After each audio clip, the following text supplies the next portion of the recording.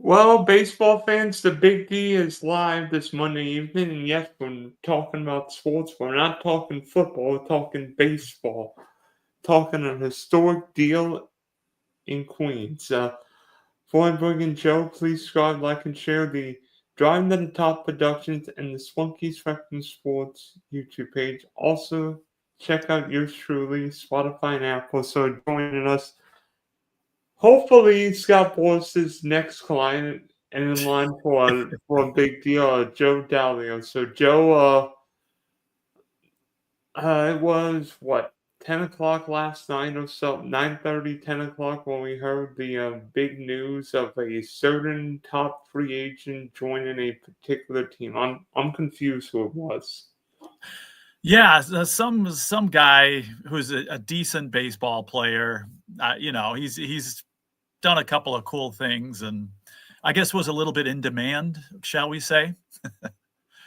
Yeah, I don't know. Juan Soto, like only the greatest hitter in baseball, one of the greatest hitters in baseball, signing a deal with the Mets. Could you explain what the deal was?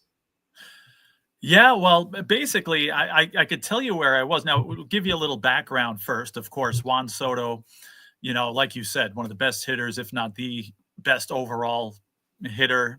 Maybe some guy named Otani might be, a little bit better up there, but still, definitely a guy that's in demand. Won a World Series with Washington and then gets a big opportunity with the Yankees, but only a 1-year opportunity. So he was definitely going to be the biggest on demand or in demand, I should say, free agent this year. Really, only a handful of teams had a chance. And, the Yankees, of course, being the incumbent, was one of them. The Mets and the rich owners' pockets being ready to be emptied for this guy if the opportunity came up.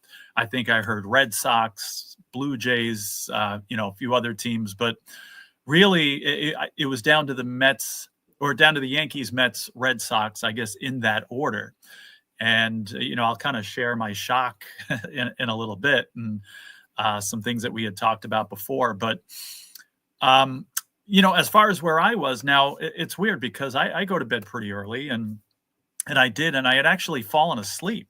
I do a little, hypnosis meditation program before I go to bed. I usually fall asleep during it.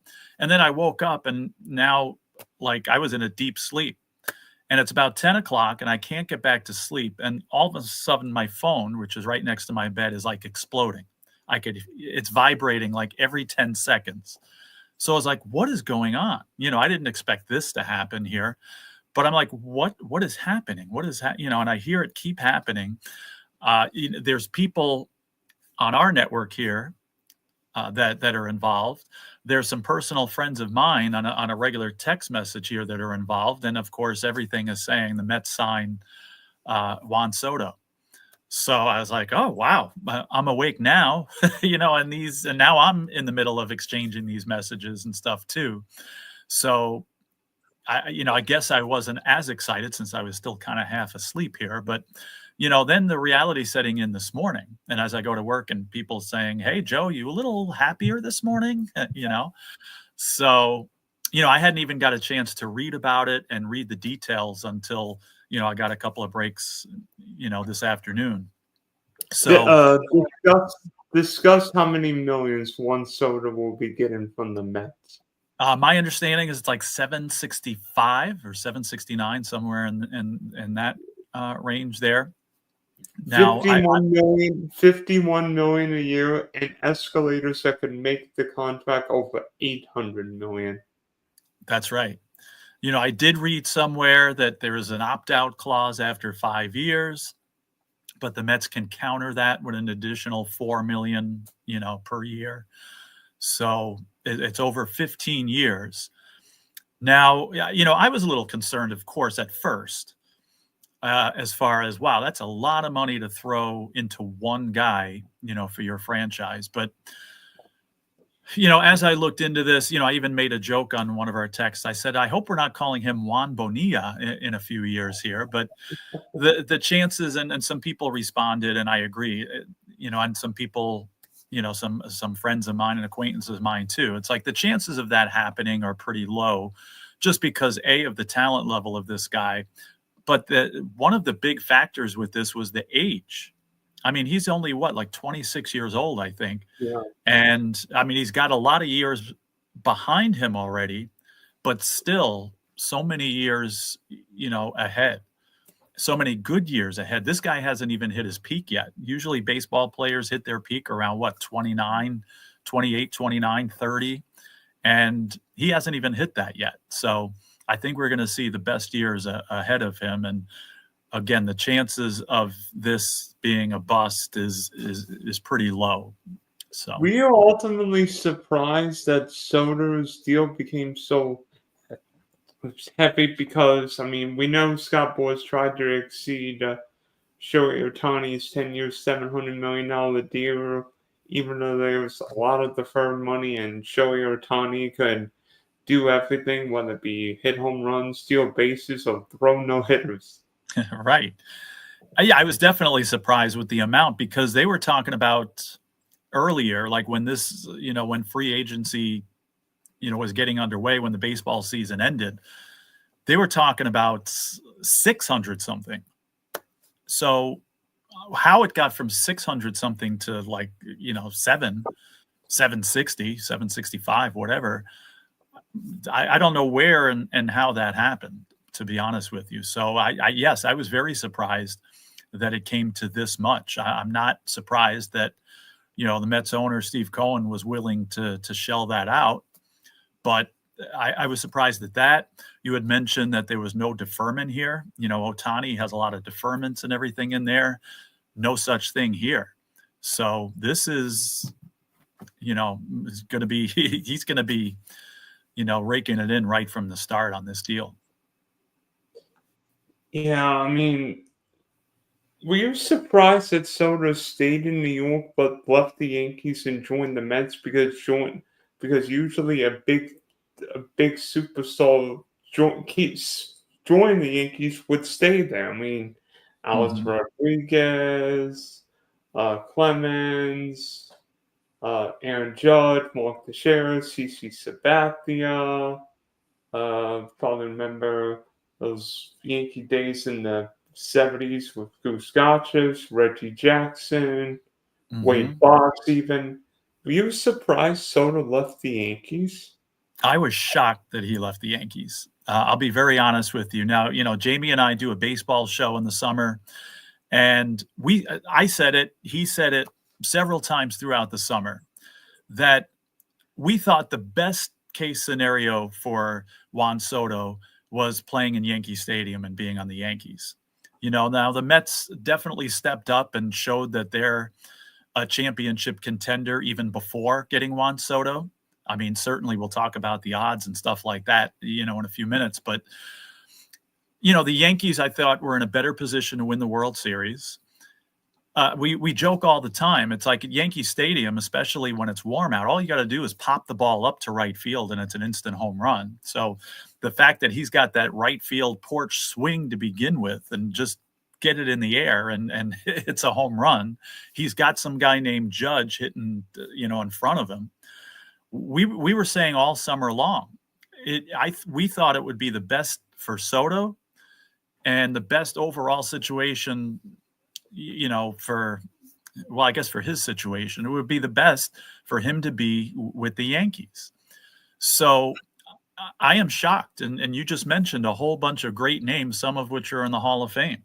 The Yankees never lose these competitions, right? When there's a free agent and a guy has a chance to choose pretty much wherever he wants to go, who's not going to go to the Yankees?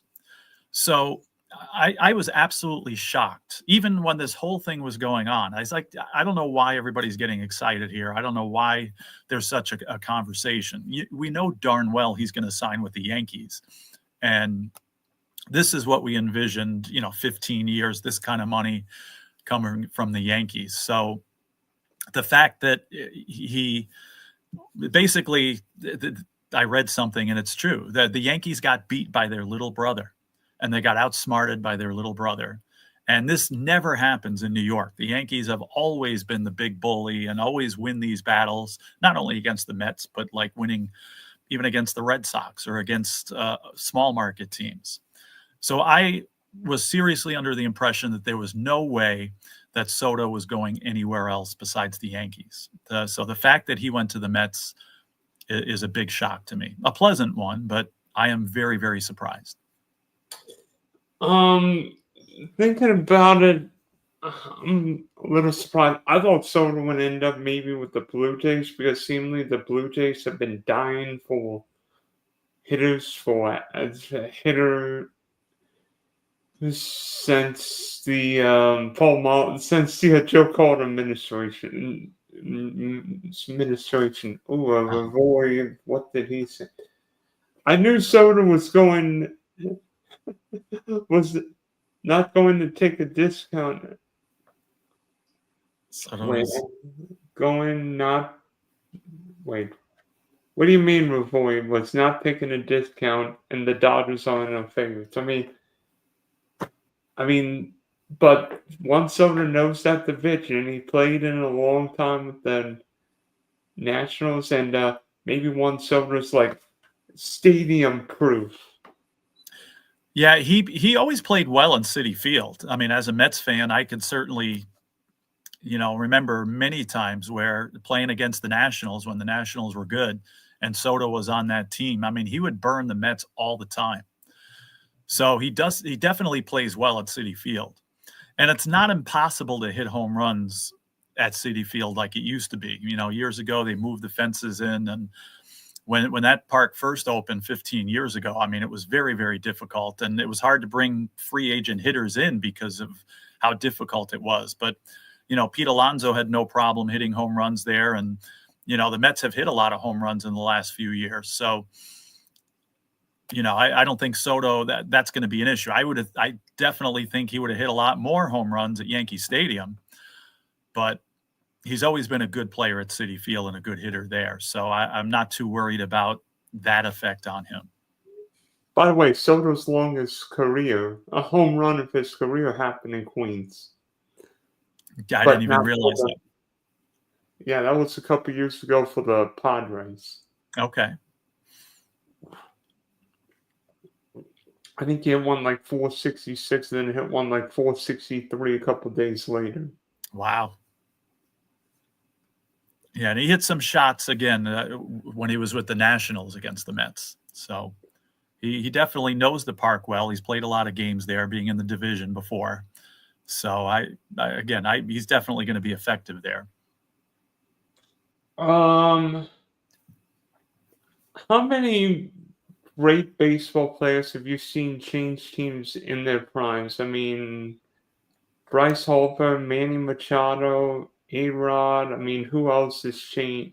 Who else? What other guys have changed teams in their primes or left via free agency? Yeah, that's a very good question. I mean, the Mets have gotten some. I remember Howard Johnson coming to the Mets, and he wasn't too known, I guess, when he won a World Series with the Tigers. And actually they traded him. He wasn't a free agent, but he was traded and then exploded with the Mets and was an MVP candidate. He's one that comes to mind, but that's a very good question that it's going to have to take some time to think about here. Even, I mean, a guy like Joe Carter, right? Joe Carter was a potential MVP candidate with the Indians. And then he gets traded to the Blue Jays, and we all know what he did with them. So that could be an example.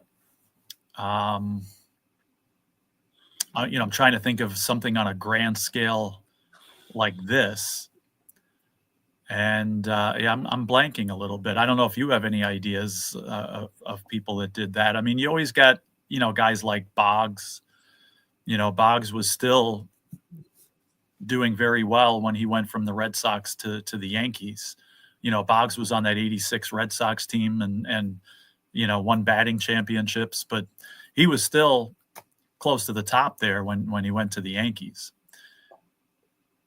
Yeah, and I think you could say the same Well, Johnny Damon, I would think maybe, but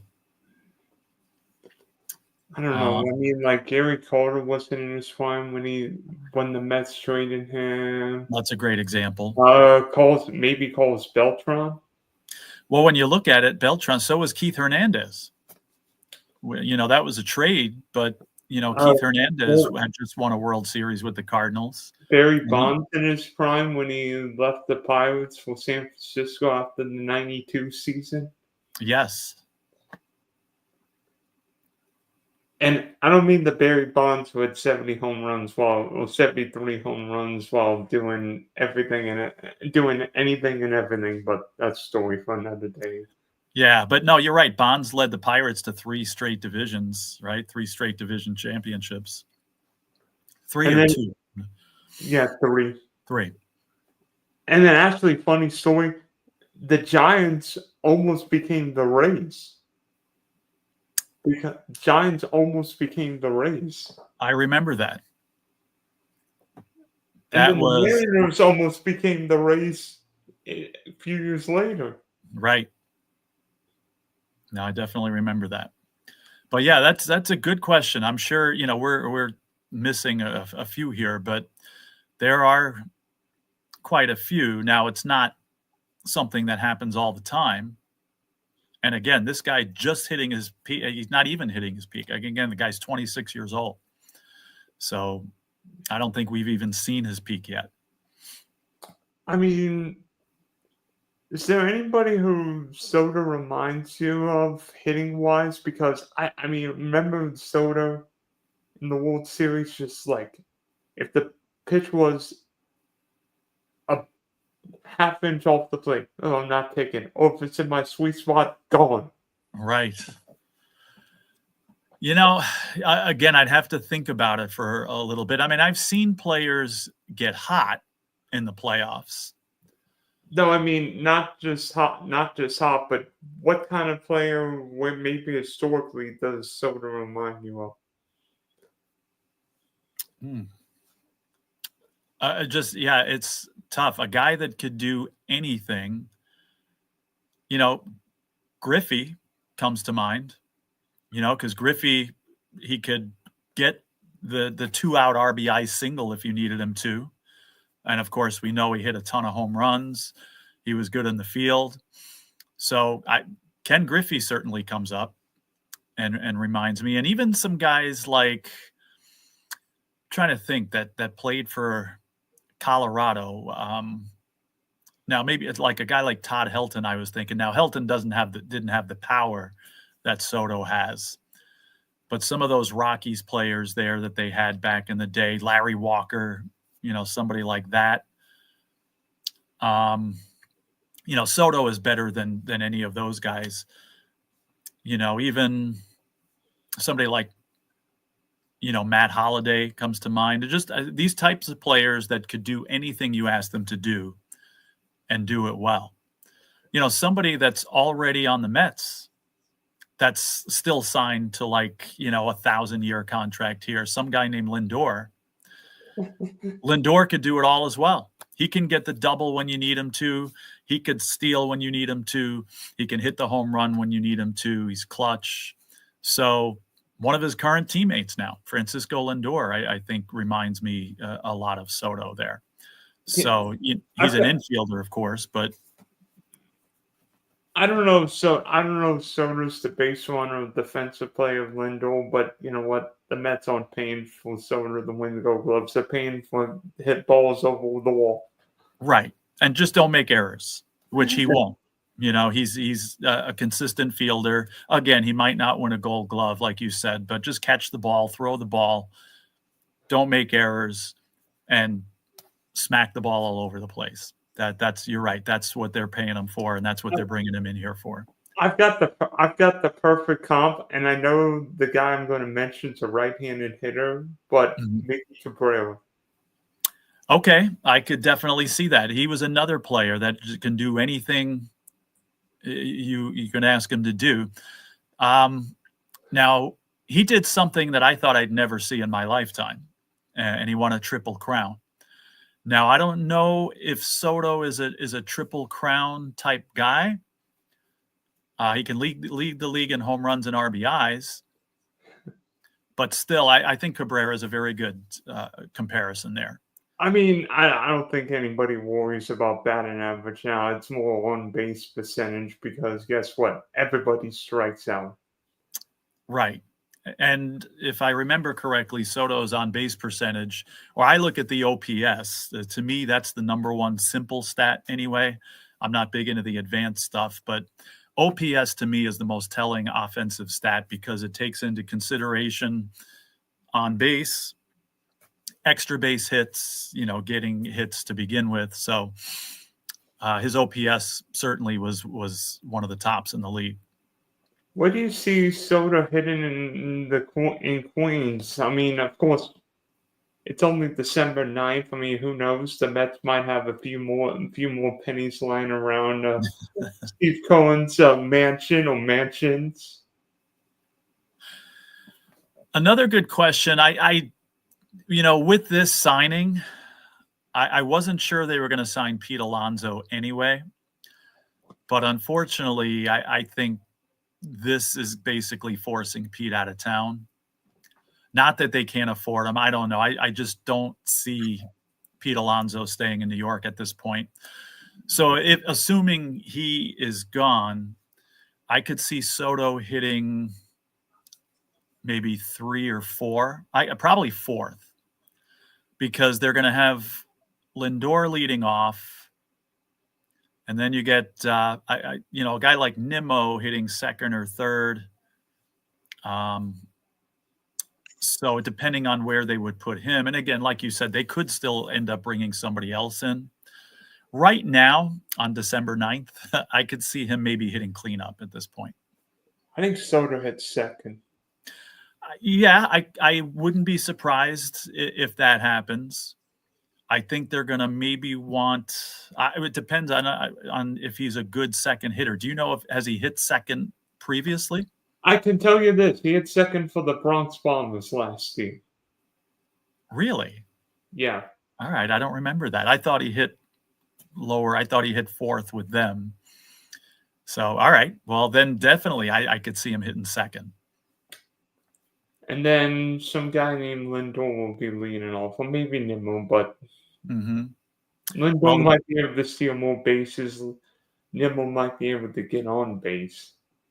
Yeah, the Mets' offensive season turned around, and so did Francisco Lindor. He became a MVP candidate when he was moved to the leadoff spot. So I think they're going to keep Lindor at the leadoff spot and talk about a 1-2 punch. If Soto hits 2nd, starting with Lindor, and then you got Soto. And then even if you get past them, you got guys like Nimmo or, Vientos, or hopefully Brett Beatty develops. And, the Mets have a whole bunch of young guys coming up too, which, we could talk about in a little bit. But I think they're going to have a very potent lineup.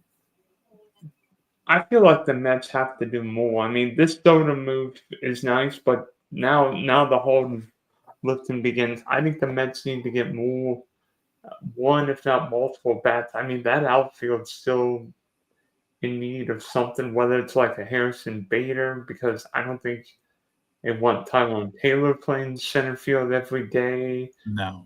I think, who knows who's Stolen Marte at this point feels more like a DH guy because seemingly he can't play the field every day. Right. Yeah, it's going to be interesting to see. You're right. The outfield is a little weak. I mean, you got Nimmo in there. You got, Soto. It would be nice to get Harrison Bader again in there. I think the Mets also have to focus on some pitching. Because they just lost Luis Severino. They could potentially lose Sean Manaea. So those were their 2 best pitchers last year that could be gone. And God only knows, I kept saying all summer long that I was just waiting for the collapse. They were older. They, hadn't pitched a lot of innings in the last few years. And they actually made it all the way through and were very effective in the postseason as well. So not only making it through a full season, but extra games in October. So to not have at least one of them, if not both, there was rumblings around that if they didn't get Soto, that they were going to bring in Corbin Burns. Well, since this guy seems to have no limits, Cohen I'm talking about, as far as what he can spend, and the luxury tax we know in baseball is just a fake name for, nothing, because so what? You get a slap on the wrist and it's a couple extra pennies that he pays. But the luxury tax doesn't deter anybody in a big market from spending. So I wouldn't be surprised if the Mets still went out and got Corbin Burns. And if they don't get Corbin Burns, they are going to need to make a splash and get some solid pitchers. I know they just got somebody from the Yankees that they're going to turn into a starter here, but Clay Holmes. Yes. But still, I think they have a long way to go. Their bullpen for the first third of the season last year was the best in baseball, or in the best in the National League anyway. Last 2/3 of the season, I don't think I prayed more than I did during Mets games because, these guys can implode at any time. So certainly they need help as far as bullpen, as far as middle relief. We know we got decent help at the back of the bullpen there.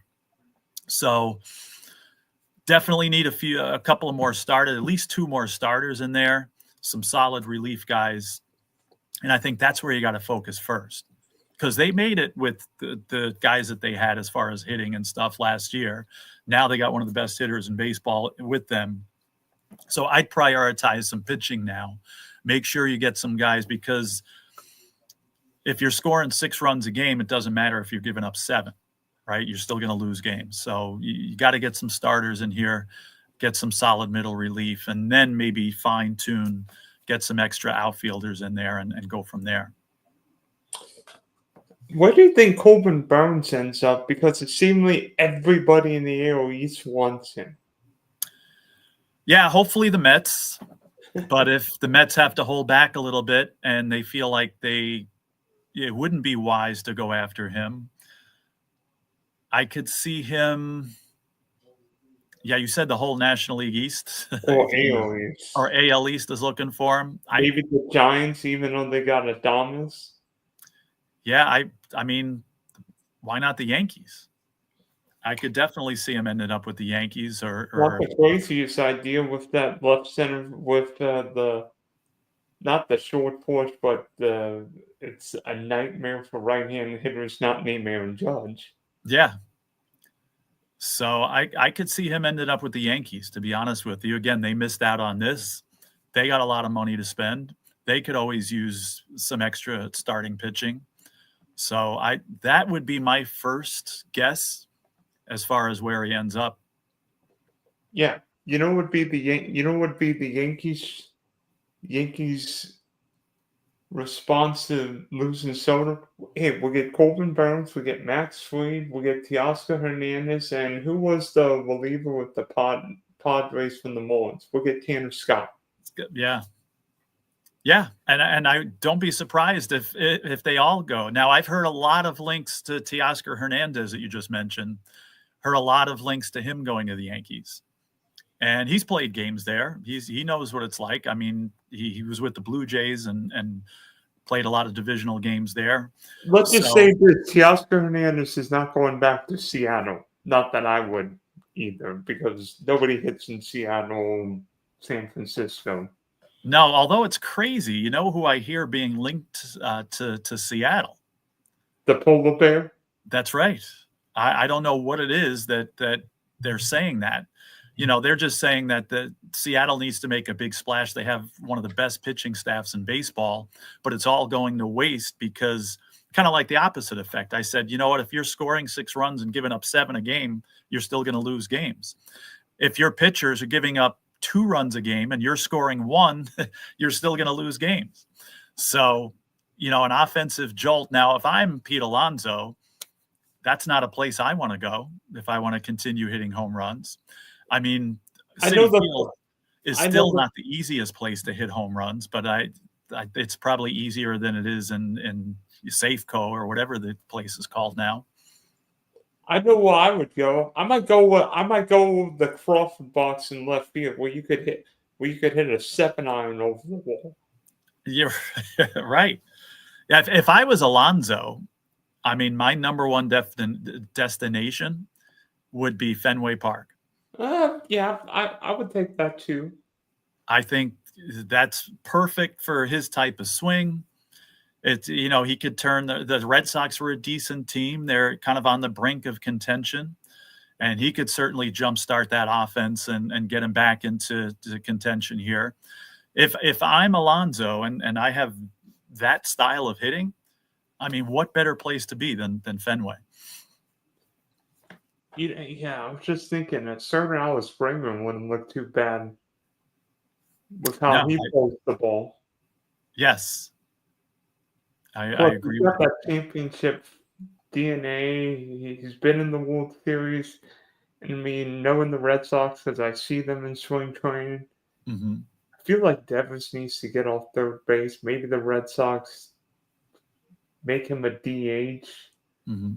DH because I don't know if Devon's really a full-time third baseman now. Breggers can still play third base. Heck, he just won the Gold Glove there this past year. Right. Now, how old is Devers? Do you know approximately? Uh, Devers. I think he's still kind Uh, of, Devers is 28. all right. Yeah. So he's hitting his peak as well. They might keep him at third for another, couple of years, another at least 2 years, maybe. And then Of maybe course, as he gets past 30. of course, the Red Sox could also make a move for one of these pitchers, maybe a Garrett Crochet, because seemingly everybody wants him. And it certainly wouldn't be a bad guy to get, I right? don't know. If you asked me and said, would I rather spend money on Max Fried or go after Crochet? I'd go after Fried. I mean, I would probably take Max Fried over Crochet as well. Fried's pitched in October. Over ground ball pitcher, really good athlete. So I feel like he get me a couple good years. I really didn't like Crochet's attitude. Like I only pitch if they give me a contract. I didn't like the way he handled the situation, whether he'd be dealt in July. I was just going to say the same thing. I'd be a little leery because what kind of a team player is that? Now, again, he could be bitter just because I think anybody playing on last year's Chicago White Sox would be a little bitter and have a bad taste in their mouth. But Those payloads would give your 1962 Mets a run for futility. they beat they have the all-time futility record now over those 62 Mets, which I never thought would happen. I think it was back in 2003 when the Tigers were making a run at it, and I think they just came one game short. And I was like, that's it. That was the last chance for that to happen. Nobody's ever going to come close to that again, especially in this, in modern day MLB. There's a little bit more parity here. So I was like, there's no way that a team like that's going to ever, and the White Sox didn't disappoint. But again, going back to Crochet, that's a concern for me too, is again, what kind of a team player is he? Perhaps if he's on a contending team and contributing to that kind of a team, he's all in and, is a team player, but that is something to watch for there. By the way, didn't the Mets have like 7 catchers in '62? That's a good question. I don't know the answer to that, but I'm sure they probably had 7 people at each position just trying Oh, to fit guys in and stuff. But I wouldn't be surprised. I don't know the answer to that. hey, the good news, at least you saw a few half decent players for the other teams. You would have seen Willie Mays, Hank Aaron, Orlando Cepeda, Willie McCovey. Oh, gosh. I would have hated to face Willie McCovey with the infield up. And he was a Met killer. Now I remember I was not alive in 1962. I can remember watching games like early 70s. And it seems like every time the Mets were playing the Giants, McCovey was hitting a home run against the Mets. I'm talking like later in his career still. This was like 72, 73, 74, in that range.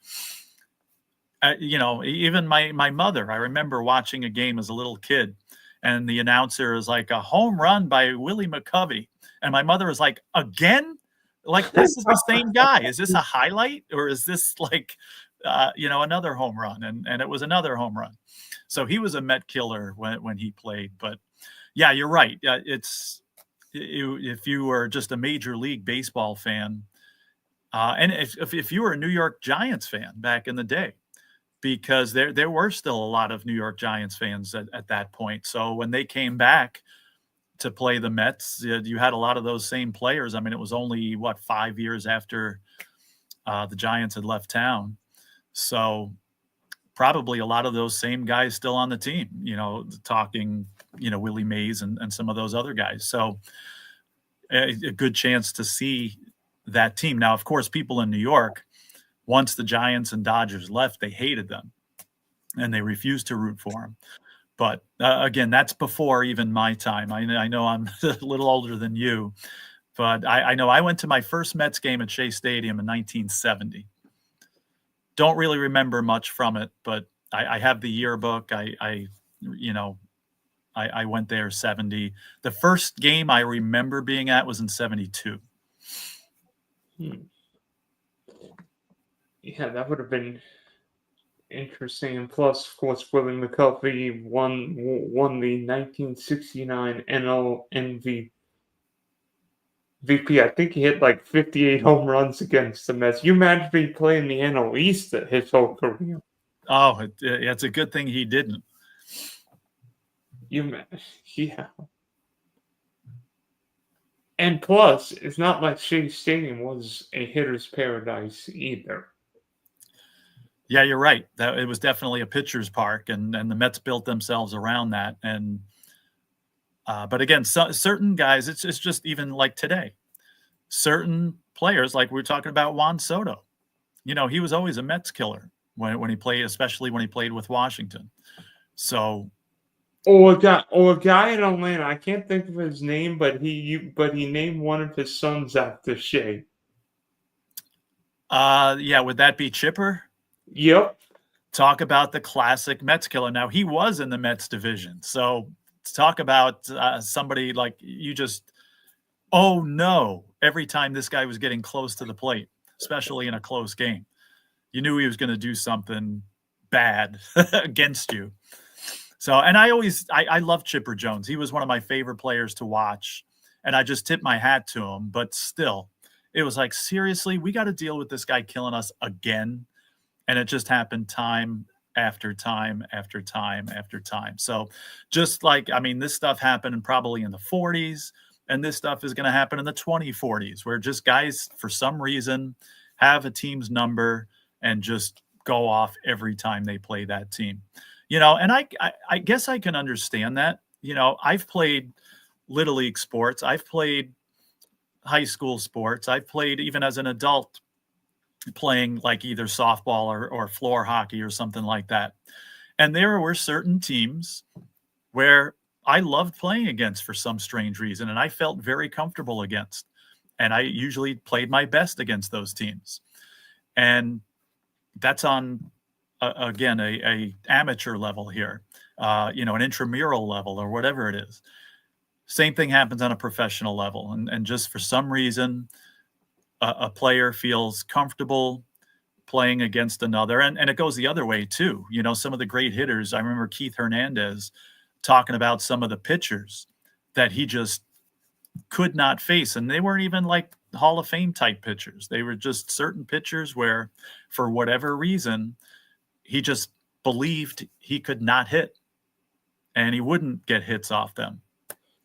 But then other pitchers he would go against that you would figure, oh, they're great pitchers. And yet, they would own them. So hard to figure out, and you don't know where that all comes from, but it's been happening forever, and it will always happen in sports. Well, obviously, obviously they're all rich owners, not just in baseball but in other sports, and seemingly in baseball now, nobody's got the pockets of Mets owner Steve Cohen. I mean, he's worth what, 20 something $billion. Yes. He just made one so he just gave Juan Soto the biggest contract in professional sports history. History. Is Steve Cohen good for baseball? I was a little worried about that. And I've always been kind of worried about, these salaries coming up. And it's now every time something big like this happens, now it's got to be one upped and one upped. And in the past, I feared that. Yeah, this is going to ruin baseball. And there's always the fear that the big market teams are going to dominate.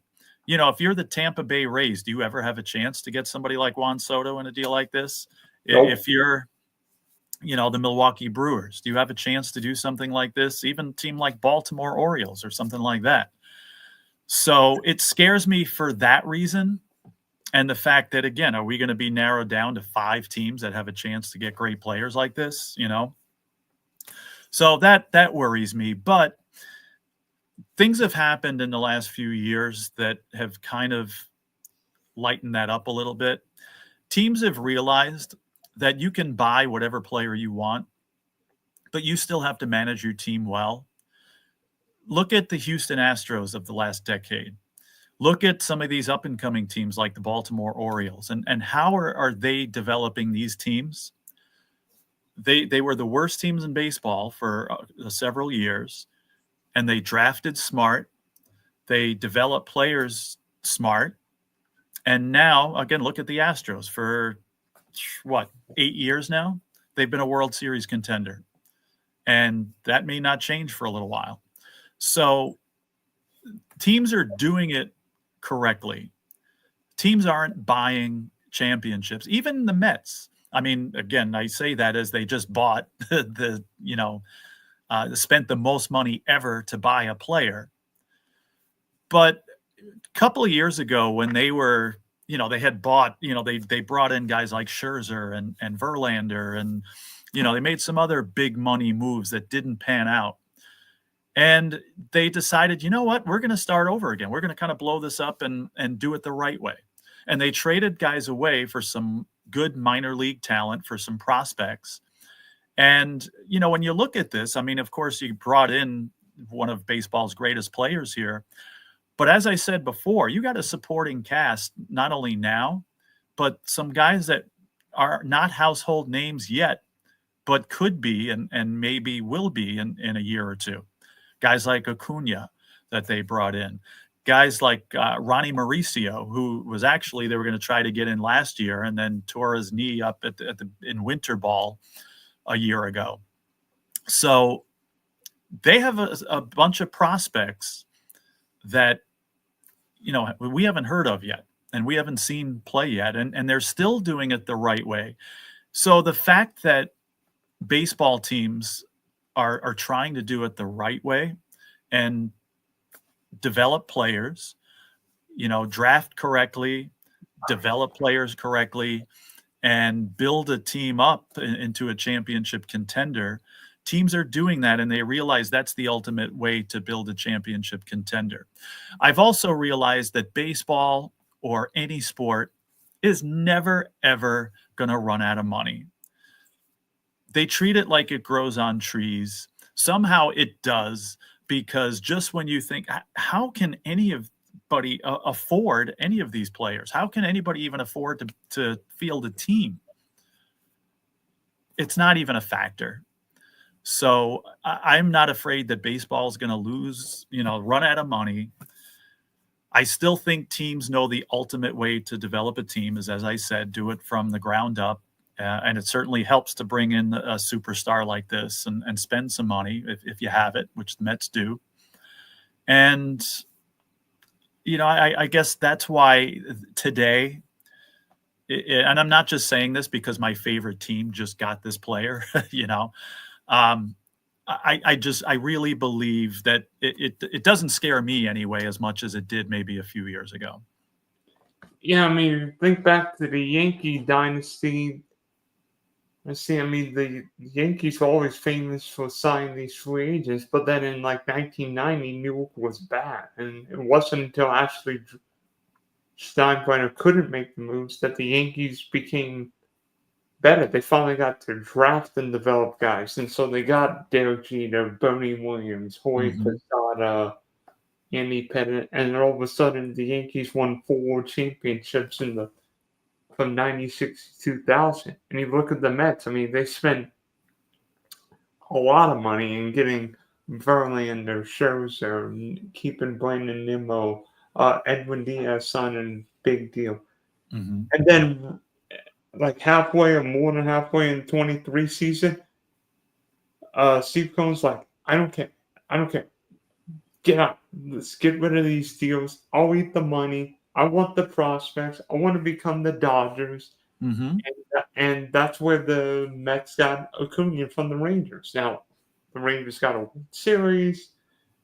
And Verlander still pitched in October, but the Mets got some decent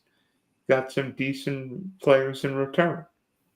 Yeah, and that's the way to. And I enjoyed watching the Mets a lot more in the second half of 2023 than I did in the first half of 23. Even though they were losing more games, I was like, you know what? They're doing things the right way. And you were just talking about the late 90s Yankees and how they finally developed some of their core players like Jeter and Williams, and that they still brought in free agents. It's not like you can't do that, right? They brought in O'Neill and they brought in Scott Brocious and guys like that.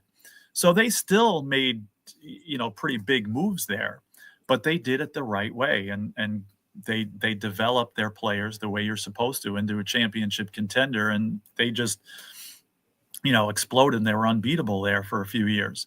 Now it just worked for them in the 70s and 80s when they were buying championships. And I mean, they didn't get along, but they won and they accomplished what they needed to. It just seems like that type of attempt to build a championship team works less and less these days. So I like the direction that baseball is going, and they're realizing again that if you really want to build a championship contender, you have to still manage it correctly and draft correctly and do all those things. And then again, if you can bring in a big name guy just to kind of round things out and be the final piece and that, then great. I But mean, you can't have everybody making 50 million. Eventually, you're going to have guys come through the phone system. exactly. And you just cannot buy championships anymore. You can buy pieces like the Mets did here and like other teams are doing now throughout this free agent period here.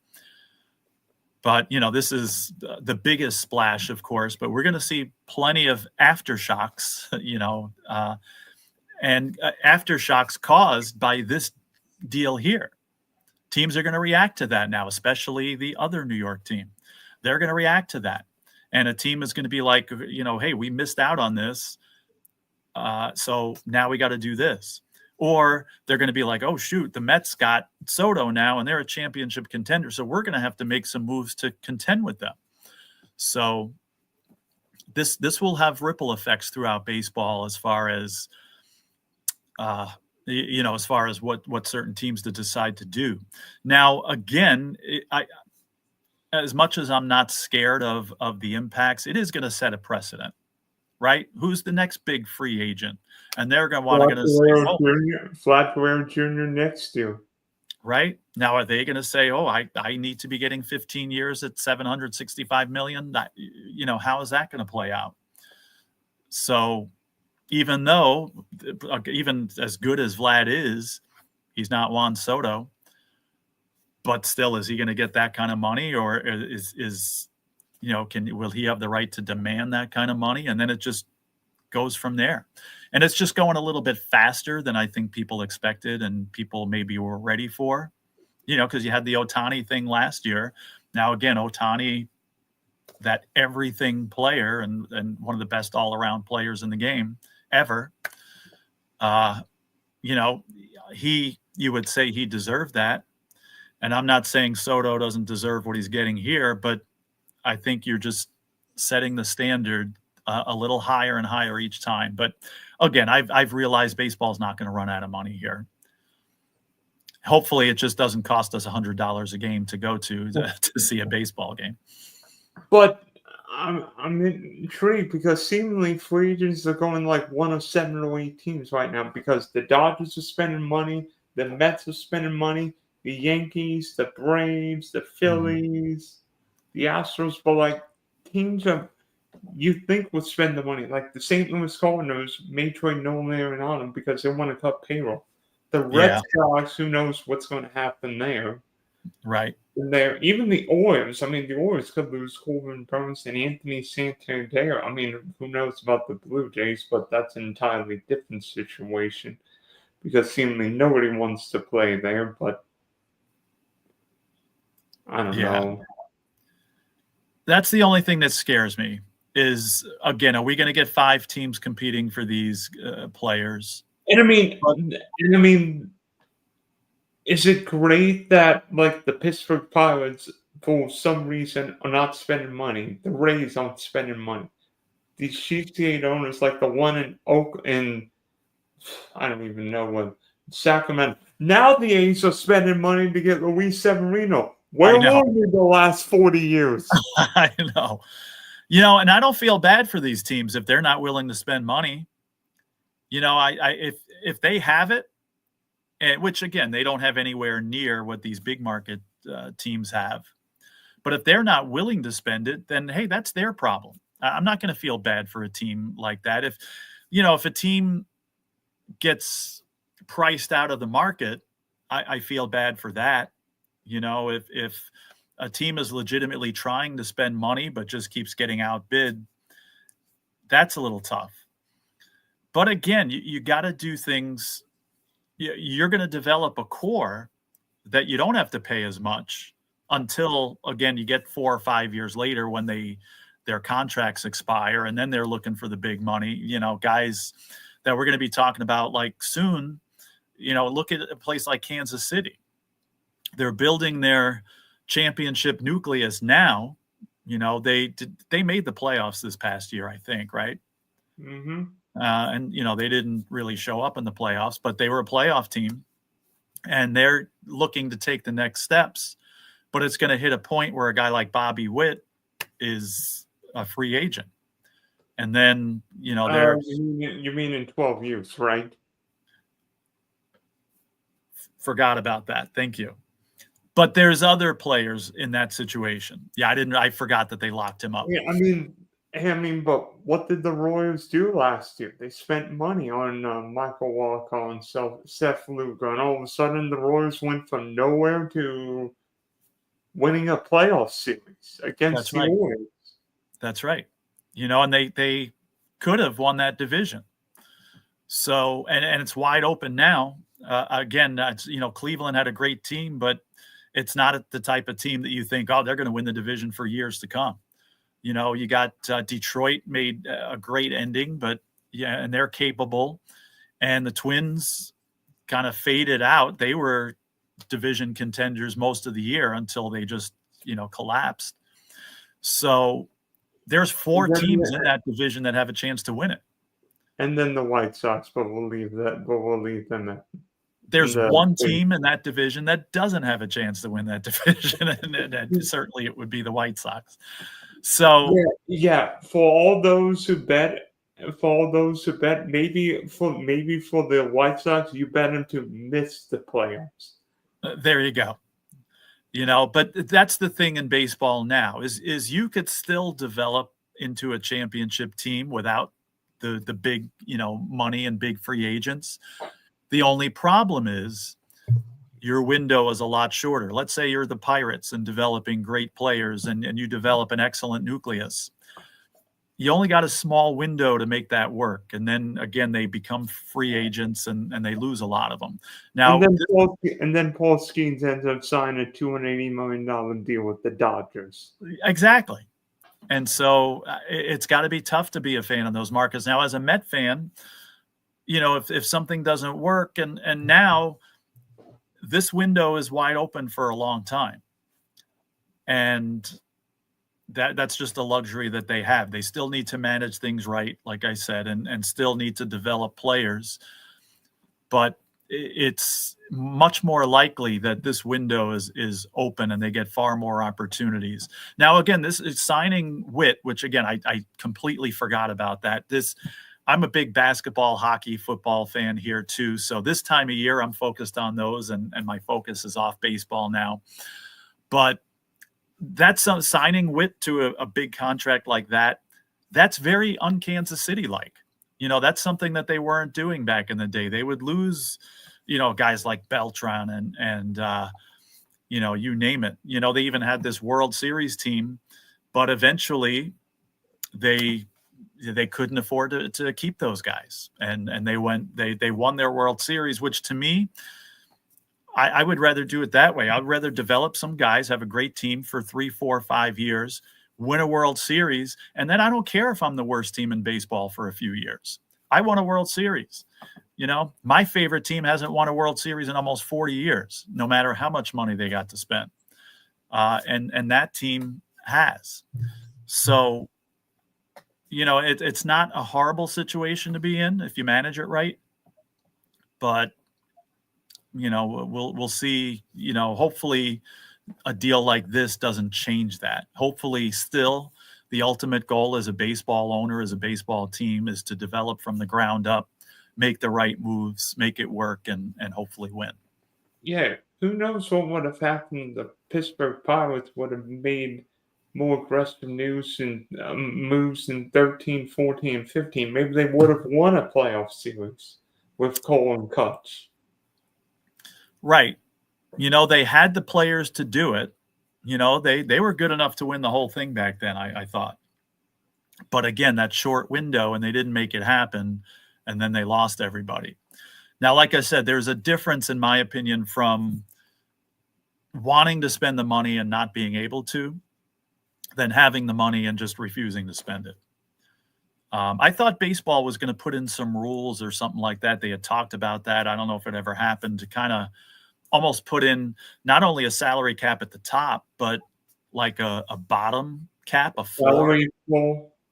Yeah, like a floor cap where you had to spend a certain amount. I don't know if they ever followed through on that. I assume they did not. Well, the Rays will have to spend a few dollars on Tropicana Field. Yeah, well, that's maybe a little out of their control there, but yeah, they're going to have to figure out how to just make that situation work for the next couple of years. Yeah, that's going to be weird, seeing Tampa home games at George Steinbrenner Field. And you had mentioned this on another podcast somewhere else. How many times are we going to see rain delays, at Rays games, especially in July and August, in Florida? Luckily, MLB made the Rays schedule more home-friendly early in the year. Okay. Hopefully the weather patterns are not raining in and around Tampa. Otherwise, they're going to have fun. Yeah, it's going to be tough, and it's going to be almost a daily occurrence, unfortunately. But yeah, if Major League Baseball did that, then maybe it'll be minimized anyway. I mean, we remember rain delays when the Marlins used to play with the Dolphins. Joe Robbie or whatever it was, yeah. Yeah, and even the Braves still deal with that now. Sometimes, there's a lot of rain delays there. Not like Florida, where, you guys have the daily downpour, in July and August, I'm sure. But, again, it's just a couple of years, and it's just something they're going to have to deal with now for those couple of years. All right, Joe. Thanks for hopping on. Maybe David Stones can shell out a few more bucks before the winter is over. Yeah, to be continued. And I certainly appreciate you having me on and discussing this, Dylan. Thank you.